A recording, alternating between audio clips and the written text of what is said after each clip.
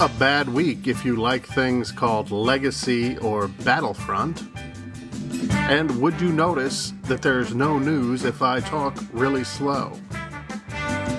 It's April 15th, and you'll hear about those stories this week in Star Wars. This Week in Star Wars is your source for new and noteworthy developments from the galaxy far, far away, provided there are any. I'm your host, Matt Fox. And now this week's lead story. The final wave of Hasbro's Legacy Collection line of action figures has begun hitting Toys R Us's across the country. According to numerous reports on various collecting websites and in forums, the figures began showing up earlier this week.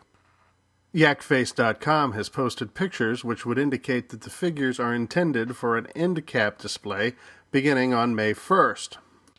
You will recall that Hasbro recently decided that this wave of figures, which focuses primarily on EU-based characters, would be a Toys R Us exclusive rather than receiving general distribution. Any remaining product will be available through online retailers.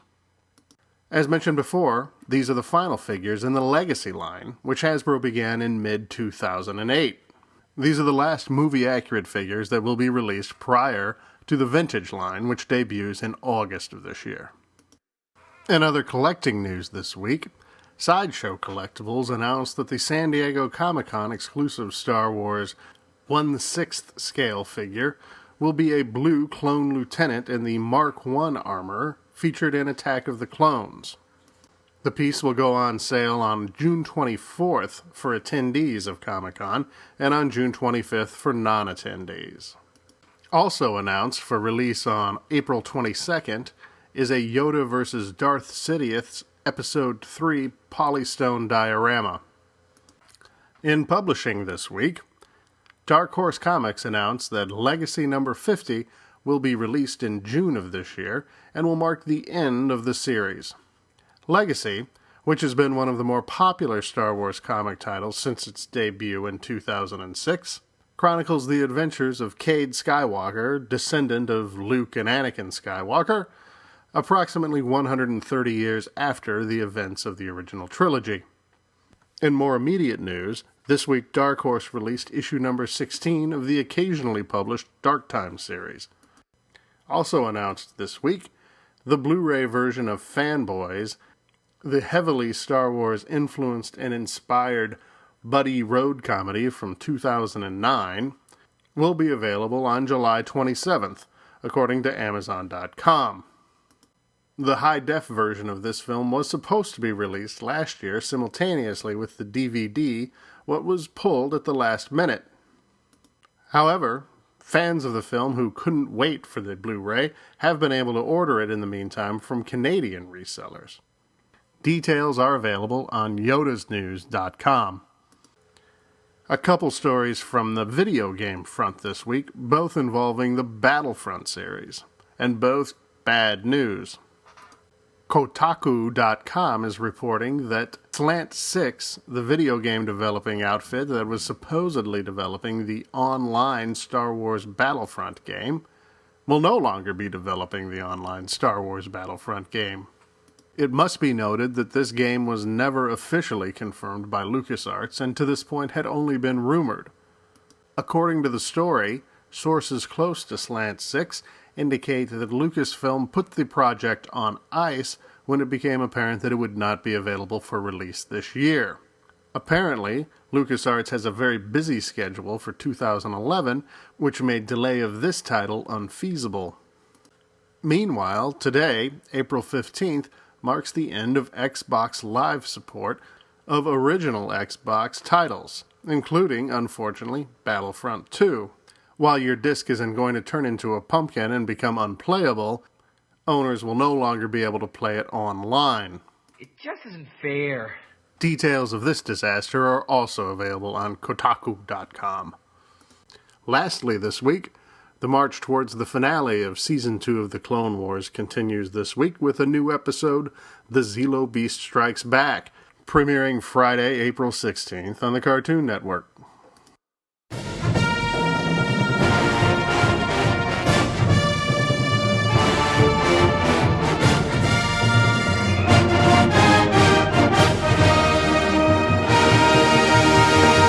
So that Fanboys announcement, coupled with the Lord of the Rings trilogy on Blu-ray, has got me thinking about the Star Wars movies in high def lately. The reluctance of Lucas and Lucasfilm to embrace new home video technology is sort of the constant refrain complaint that I've had about these films for the past decade. We waited far too long to get the original trilogy on DVD, that then once he released it, he seemed to re-release it every year. And on top of that, by the time it was released, it was almost time to replace DVDs with high-def media. Now, we've heard numerous explanations over the past couple of years as to why we don't have these films in high def yet. First, it was, well, we're trying to wait to see what's going to win, Blu-ray or HD DVD. Then it was, is it going to be Blu-ray or downloadable content? But in the meantime, not everybody at Lucasfilm is confused because the Indiana Jones films are coming out on Blu-ray this year. The bottom line is, I want those super deluxe 12-disc editions, and I know we're going to get them. But in the meantime, I just want them in high def. Any way I can get them. Please. A couple housekeeping things this week as well. This Week in Star Wars now has a Facebook page. Please go and sign up as a fan of the show. Add something to the discussion forum. Post a question, post an idea, post a thought, post anything. I'm trying to get an idea if anybody out there is actually listening. I also encourage you to go to iTunes and write a review of the show, especially if you don't hate it. And, as always, I encourage you to send an email to host@thisweekinstarwars.com. And that was This Week in Star Wars. Join us again next week for more news, notes, and developments from the galaxy far, far away. Visit www.thisweekinstarwars.com or www.twisw.com, where, in a perfect world, you'd be able to find links and more details about the stories mentioned on today's show. This Week in Star Wars. We troll the web so you don't have to. This Week in Star Wars is not affiliated with Lucasfilm, its subsidiaries, or any other entity mentioned in this podcast. Star Wars, its characters, and creations are the property of Lucasfilm. All other trademarks are property of their respective trademark owners.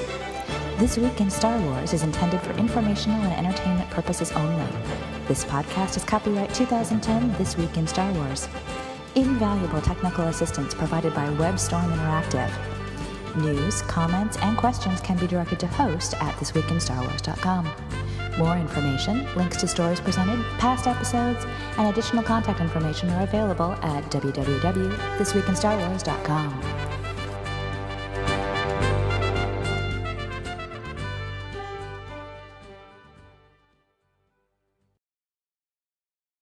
This show is terrible, and I'm really happy.